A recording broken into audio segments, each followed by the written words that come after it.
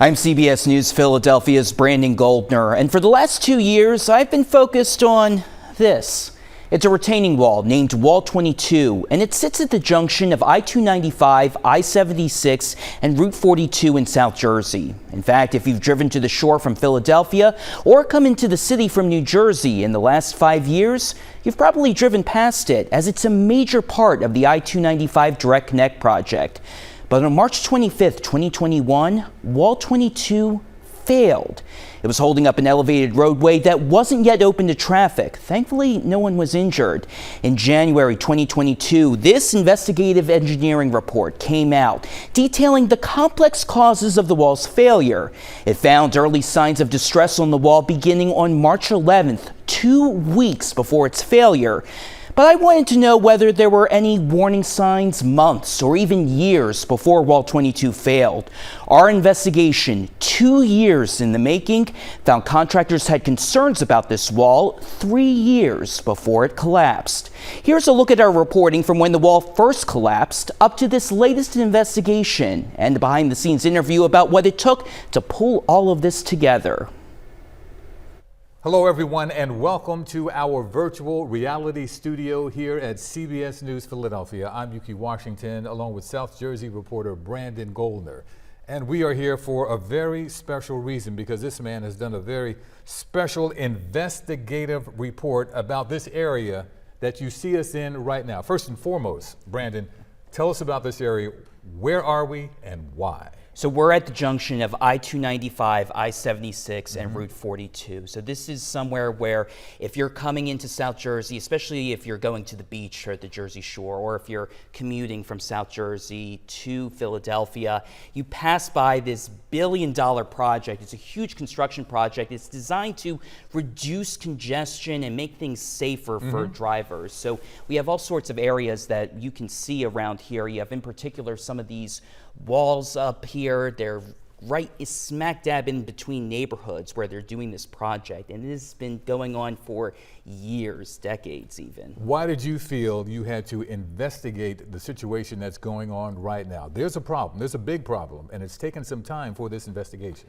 Exactly. So let's start off. The reason why I'm doing this investigation is because there was a retaining wall collapse that happened here back in 2021. Okay, and it was one that a lot of people remember, especially in South Jersey. A lot of questions about what exactly happened. Why did this happen? And so I was interested in finding out why. And there's an interesting reason why I wanted to find out why.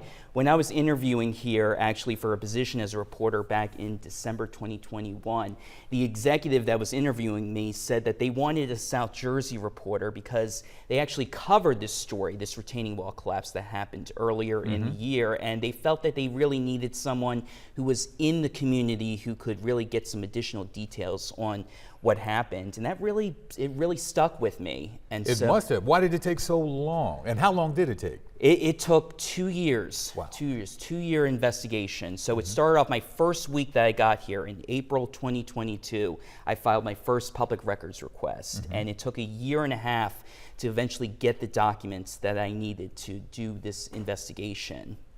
What are the neighbors saying around this area that we are in right now? How concerned are they, and have they been over this period of time? Well, a lot of neighbors are surprised by what we uncovered. We talked to a bunch of them. They remember that day in particular. One woman that we spoke to, she remembers how she saw all of the New Jersey DOT workers surrounding here after the collapse happened. She actually heard the collapse happened, and she was just stunned to see that all of these millions of dollars going into this retaining wall that just came crashing down. And thankfully, no one was injured. It was a section of roadway that was under construction, and thankfully no one was injured when this happened. But it did cause some delays, and it cost money to rebuild this wall that they're still rebuilding right now. And this is a very thorough investigation, and you did it, from what I understand, on your own time. Why did this weigh so heavily on your heart? Well, it was something that I just felt that needed to be told. I remember when we got the engineering report that came out that detailed why exactly this happened, and I felt there was there were so many questions I had about this forensic engineering report, and I felt I wanted to get some additional details on why this happened and whether it could have been prevented. So as I was kind of doing this in between my day turns as a reporter and even on vacation, I remember actually when I was on vacation in Bethany Beach with my family. My dad was playing tennis as he usually does. My brother was out playing basketball. My mom was chilling in the house, and I was on my work computer digging through documents. And I remember exclaiming when I found the documents that were critical to this investigation. What was the most frustrating part of it all for you? So probably the frustration was waiting to get those documents. It's a long process sometimes when it comes to getting documents from the state. We did a large records request and really anyone can do a records request. It's not just journalists that have the ability to do records requests. It can be people that do records requests. So we asked for a large amount of emails, electronic communications between the employees of the state, employees of engineers, because those state emails are public records. Right. Okay. So where do we stand right now? So where do we stand right now? This project is still under construction. They have done a completely different design after this wall collapse happened. They did a completely different design. It's going to cost $92 million to repair this wall, $74 million of that coming from federal tax dollars. In South Jersey, seemingly all major roads 42 to 95. lead past St. Joachim Parish Annunciation Church in Belmar. And it's like for the 5 fingers of a hand. And so we're between 2 of those highways. Retired priest Kenneth Hallahan helps out at the church, which overlooks the I-295 Direct Connect project, the billion-dollar plan designed to reduce congestion at the junction of I-295, I-76, and Route 42. Okay, this construction is a very slow project. In part because of what happened March 25th, 2021. A retaining wall known as Wall 22 collapsed. So I was standing at my front door and I heard it. Patty Muntz could once see the top of Wall 22 from her front yard. And I see all the NJDOT workers right there. And I go walking over, I was like, what's going on? They're like, the wall collapsed. The wall supported an elevated roadway that wasn't yet open to traffic. No one was injured. Oh yes, I remember. Tell me a little bit about it. Well, they engendered a lot of jokes about engineers and about planning and about human foibles. It wasn't a joking matter to Assemblyman Bill Moen. We know this is going to impact the community, and we're going to be on this and make sure that we're delivering answers to the public. Some of those answers came out in this forensic engineering report dated January 2022. It described the collapse as complex and focused on 4 factors leading to the wall's failure.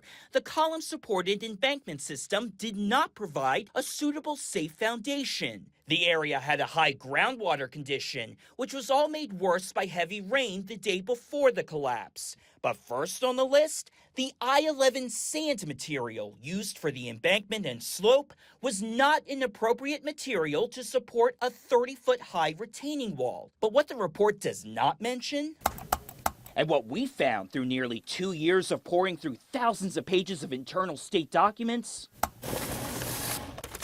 this November 2018 contractual notice submitted by the project's contractor, South State, to New Jersey DOT. In it, South State wrote that since December 2017, more than 3 years before the wall's collapse, the contractor repeatedly voiced, quote, grave concerns about placing I-11 sand below Wall 22, describing its use in this situation as an error. The contractor included emails from late October 2018 showing at one point New Jersey DOT was open to switching to a different material, but declined to pay for the switch after, among other things, finding out it would cost $70,000 to redo the working drawing. South State warned DOT, quote, it is specifically assuming all risk of any and all potential damages, direct, consequential, or otherwise, of all form, should the design fail. To me, that was one of the most surprising parts of this whole story. Grady Hillhouse is a licensed engineer and author, best known for his popular online video series, Practical Engineering,